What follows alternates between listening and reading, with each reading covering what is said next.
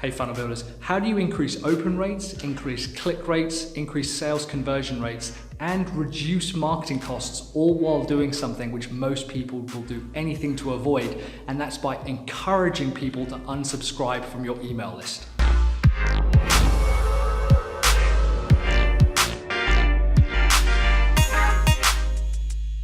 Hey funnel builders, Mike here from Sell Your Service, and if you're new here, consider subscribing. I produce new content every single week, helping funnel builders like you attract more customers, sell more funnels, and work with more projects.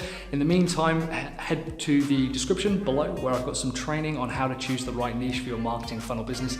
In the meantime, let's jump into why we want to increase the likelihood that someone unsubscribes from our email list. This is also really useful for your customers as well. If any of your customers have got a CRM or a marketing automation system, this is an automation process which you can charge for, and I'll talk about that in a little bit at the end, as well as something that's actually going to reduce marketing costs while increasing conversion rates, and it does something which most people, like I said, try to avoid like anything. Okay, so here's the deal. We have a load of people visiting our website, right? And we always want to try and increase the likelihood that they'll subscribe to our email list.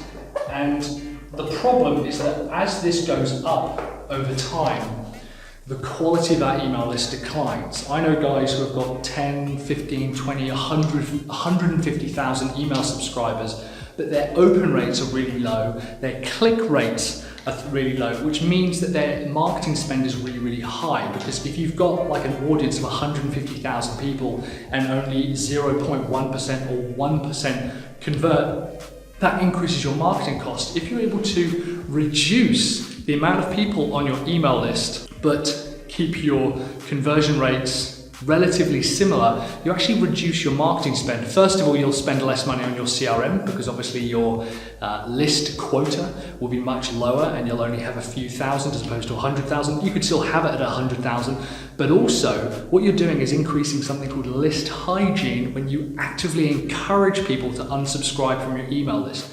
Aside from the recent like GDPR and data protection policies and Facebook having 50 million or 150 million user profiles hacked, having people unsubscribe from your email list shows a massive level of confidence within both who you're going after. Like only businesses who are really sure about their customers are going to say to other people, hey, you should unsubscribe if you're not interested from me. But also it's qualifying people out who aren't interested. And finally, you also get rid of spam email addresses and dead email addresses while keeping your list nice and clean. So I want to talk a little bit about not only how to encourage people to unsubscribe from your email list, but also why you want to do it in the first place. So, as people subscribe to your email list, the first thing you want to do, and the majority of CRM systems and autoresponder systems have like a tracking system, and all you want to do is place a tracking system on your website. So you have your main website here,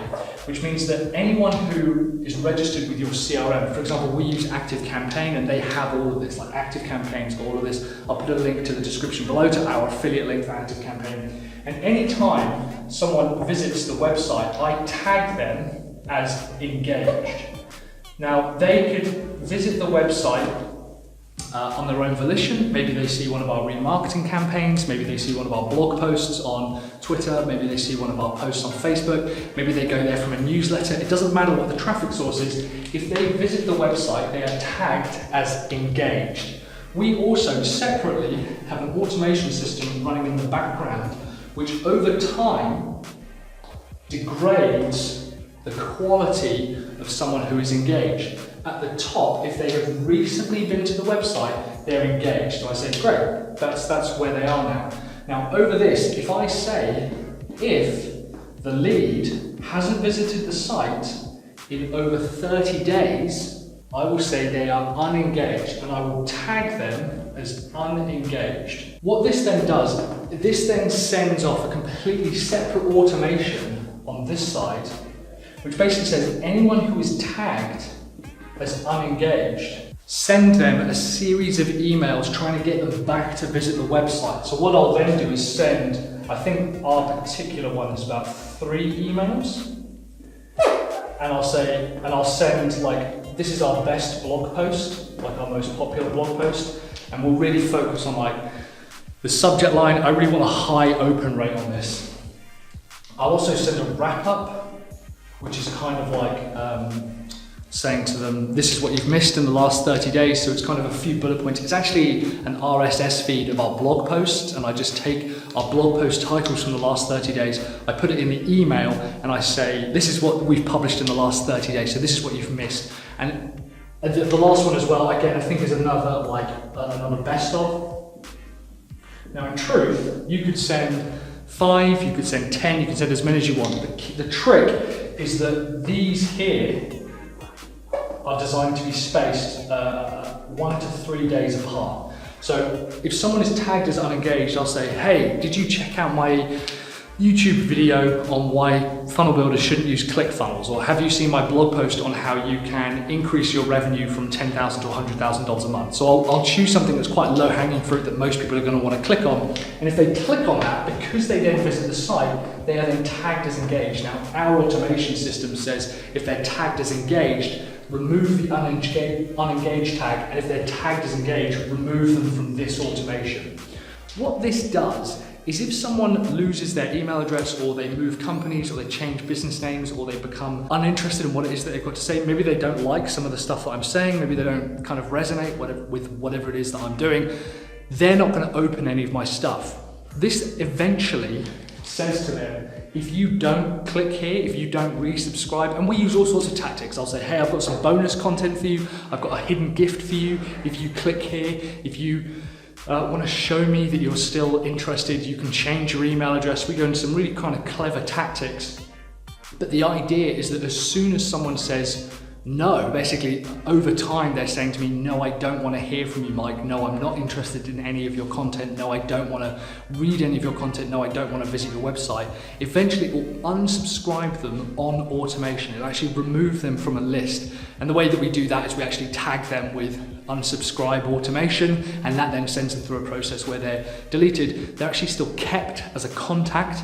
First of all, something like 1 in 10 email addresses are spam email addresses or dead email addresses. Our system has a way of filtering them out in the first place, but what we found is that doing it on automation on our side, it just keeps our list nice and hygienic. It's roughly 1 a day that we get rid of this way. Secondly, like I said, if someone's not interested, it removes them. This then means that rather than having a bloated email list of, let's say 2,500 just random people, I keep it to a really lean 1,500 or 2,000. It might be that I reduce my number by up to 20%, sometimes more. We've seen cases go from like 14,000 down to 8,000, like a huge cull. That's absolutely fine. If I'm getting a 1% conversion rate on 2,500 email addresses, the conversion rate is actually going to be higher the next time I send out a similar email, because my email list is much, much tighter. Like I said, this also reduces your marketing spend, because the difference between 10,000 users and 2,000 users, or 15,000 users and 7,000 users, could be a couple $100 a month. So you can use this with your customers, and this works in the background. It just continues to automate, continues to work in the background, and rather than having to manually go through and segment any of that data, you can actually run lists and campaigns towards people who are engaged or unengaged. We actually go into a bit more detail with this. We say that they are unengaged, then they're uninterested, and then we're trying to win them back. And if we did win them back, they're also tagged and they get an extra little campaign. But at the core, we're trying to constantly see, is someone interested? The way that we do that is by measuring if they've clicked onto the website, and if they've clicked onto the website, I tag them as engaged. Now, 80% of our list is engaged at any one time, and roughly 20% are unengaged, which means that we're sending these kind of win-back emails. And again, 80% of people are won within that first 1 to 3 days. People go away on holiday, they take a break, they quit their email for a couple of weeks, and I want to say hey, if you haven't checked out any of our content within the past 30 days, this is what you're missing, I'd love to have you back. And then it becomes a bit more obvious, where I'll say, look, I can see that you're not interested in my content. That's absolutely fine, but this is what I've been producing and this is what I'd love to show you. We've got some bonus content. I'd love you to come back, or maybe if you've changed your email address, you can update it using this form here, and they get sent through to an active campaign form where they can update their user details. And then the final one is actually just a warning. It's an ultimatum saying you are going to have your email address removed. You won't be able to hear from us anymore. If it's something that we've done, please let me know. Most of the time, it's actually because either people have moved their email addresses or the one they signed up to. We have a lot of people sign up with like newsletter@businessname.co.uk because they like to keep their content segmented, but through the value that I produce and the quality of the content that I produce, it ends up sneaking their way into their primary email address.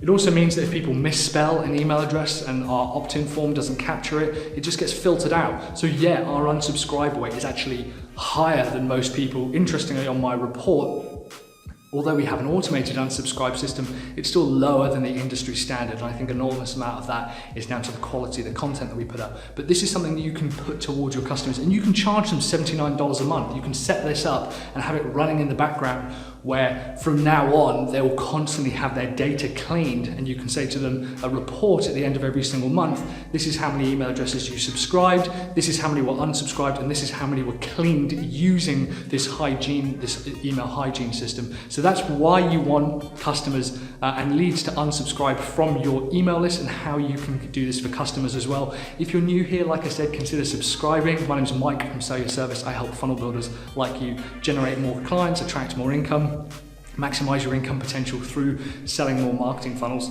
Check out my training below on how to find the right niche for your marketing funnel business. And in the meantime, I will see you on the next video. I've probably got a couple of videos either side here talking about selling email marketing and building out email marketing funnels. Other than that, I will see you on the next video. Cheers guys, keep building those funnels.